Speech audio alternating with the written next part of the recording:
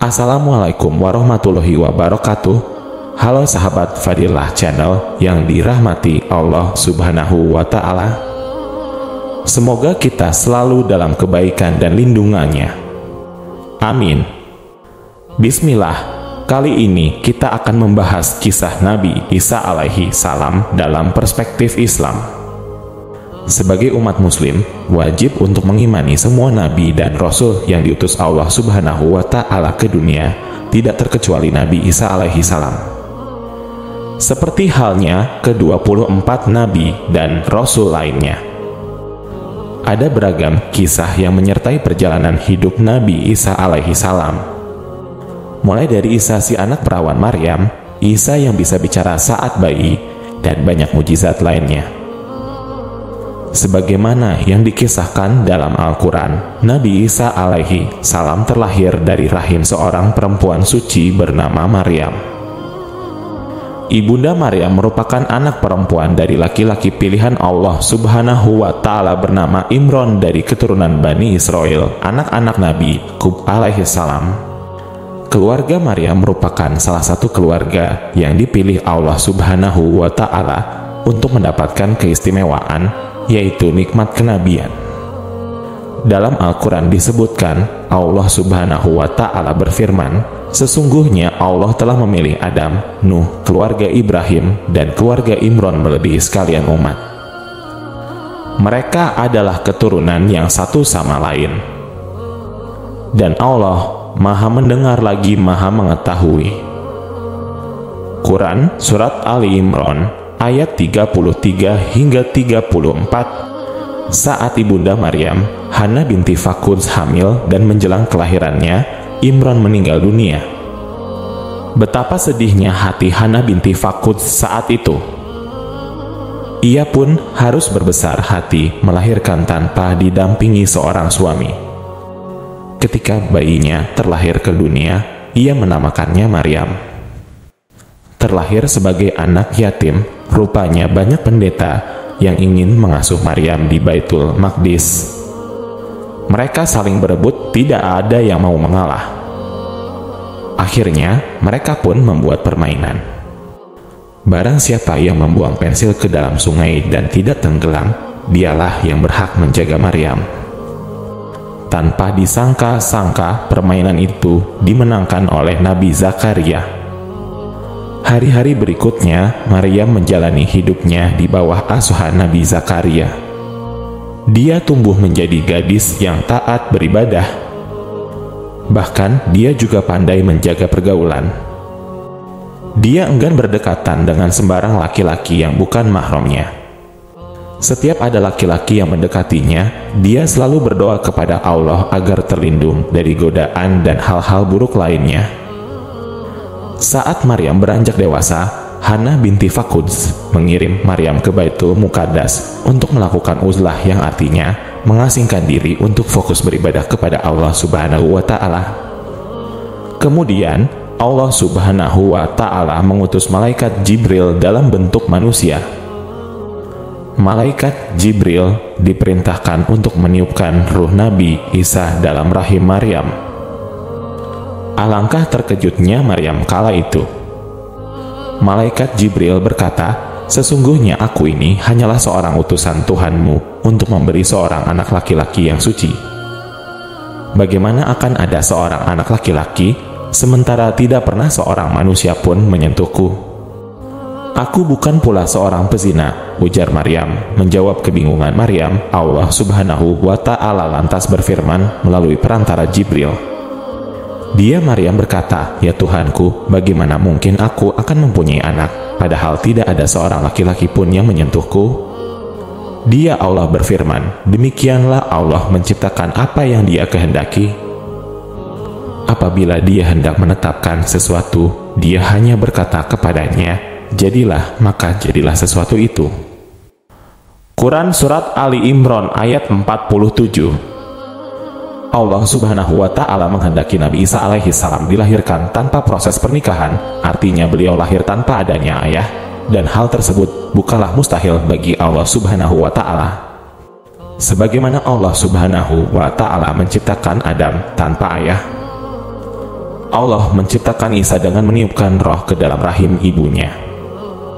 Kemudian Allah berfirman, "Kun jadilah," sebagaimana yang Allah sebutkan pada ayat sebelumnya. Maka seketika itu, Maryam hamil dan melahirkan Nabi Isa sebagai anak manusia. Saat itu, Maryam merasa sangat bingung. Ia tak dapat membayangkan berbagai komentar yang akan diterimanya. Merasa frustrasi, ia sampai berharap untuk meninggalkan dunia saja. Benar saja, Maryam menjadi buah bibir masyarakat. Banyak yang menuduhnya pezina karena hamil tanpa suami. Seolah tahu apa yang dirasakan ibundanya, Nabi Isa yang baru saja lahir itu tiba-tiba berbicara. Atas perintah Allah, Nabi Isa alaihi salam menghibur Maryam hingga hatinya kembali tenang. Pada akhirnya, Maryam memutuskan untuk membawa anaknya pulang, kembali ke tengah masyarakat. Pada masa kenabiannya, Nabi Isa alaihi salam ditugaskan untuk mengajak Bani Israel kembali kepada Allah Subhanahu wa Ta'ala. Nabi Isa alaihi salam mengharapkan hidayah datang agar dapat menyelamatkan kaumnya dari kesesatan. Pada masa itu, Allah Subhanahu wa Ta'ala mengajarkan kitab Taurat dan Injil kepada Nabi Isa alaihi salam. Ada banyak hikmah dan ilmu yang hanya diberikan kepadanya. Bahkan, Allah Subhanahu wa Ta'ala juga memberinya berbagai mujizat agar masyarakat dapat mengakui kenabiannya. Perjalanan dakwah Nabi Isa alaihi salam sesungguhnya tidak berbeda jauh dengan para nabi dan rasul lainnya. Tugas utamanya adalah mengajak manusia untuk beriman dan beribadah hanya kepada Allah semata. Berbeda dengan Nabi Muhammad Sallallahu Alaihi Wasallam yang diutus kepada semua makhluk dari kalangan jin dan manusia, Nabi Isa hanya diutus kepada Bani Israel. Hal itu difirmankan Allah Subhanahu wa Ta'ala dalam Quran Surat Ali Imran ayat 49. Dan sebagai Rasul kepada Bani Israel yang berkata kepada mereka, "Sesungguhnya aku telah datang kepadamu dengan membawa sesuatu tanda mujizat dari Tuhanmu, yaitu aku membuat untuk kamu dari tanah berbentuk burung. Kemudian aku meniupnya, maka ia menjadi seekor burung dengan seizin Allah. Dan aku menyembuhkan orang yang buta sejak dari lahirnya dan orang yang berpenyakit sopak. Dan aku menghidupkan orang mati dengan seizin Allah. Dan aku kabarkan kepadamu apa yang kamu makan dan apa yang kamu simpan di rumahmu.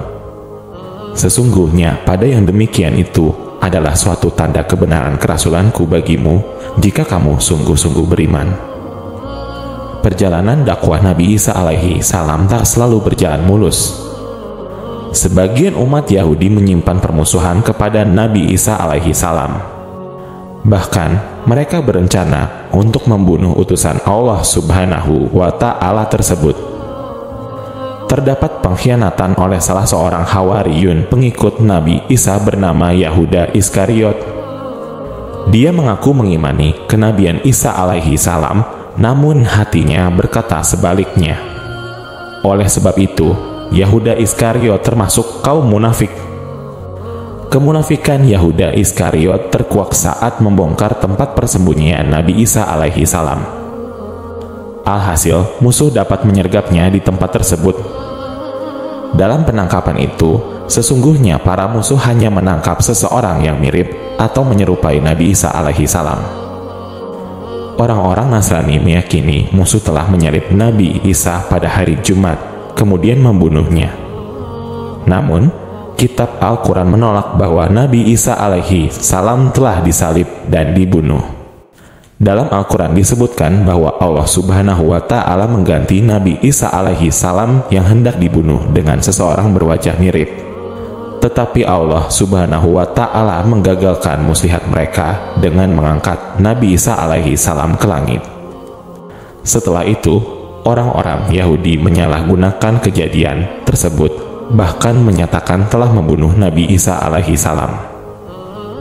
Hal itu difirmankan Allah Subhanahu wa Ta'ala dalam Quran Surat An-Nisa ayat 157 hingga 158. Dan kami hukum juga karena ucapan mereka, "Sesungguhnya kami telah membunuh Al-Masih, Isa putra Maryam, Rasul Allah. Padahal mereka tidak membunuhnya dan tidak pula menyalibnya. Tetapi yang mereka bunuh adalah orang yang diserupakan dengan Isa. Sesungguhnya mereka yang berselisih pendapat tentang pembunuhan Isa selalu dalam keraguan-raguan tentang siapa yang dibunuh. Mereka benar-benar tidak tahu siapa sebenarnya yang dibunuh, melainkan mengikuti persangkaan belaka. Jadi mereka tidak yakin telah membunuhnya, tetapi Allah telah mengangkat Isa ke hadiratnya. Allah Maha Perkasa, Maha Bijaksana. Dalam hal ini, Islam tegas mengatakan bahwa Nabi Isa alaihi salam tidak meninggal karena disalib atau dibunuh oleh tentara Romawi. Nabi Isa alaihi salam akan kembali pada akhir zaman dan menegakkan keadilan. Sebagaimana dinyatakan dalam Al-Quran, keyakinan ini harus dipahami dan diyakini dengan kuat, karena hal ini merupakan bagian dari keyakinan dasar dalam agama Islam. Wallahualam bisawab. Semoga dari kisah ini menambah iman dan ketakwaan kita kepada Allah Subhanahu wa Ta'ala. Amin. Wassalamualaikum warahmatullahi wabarakatuh.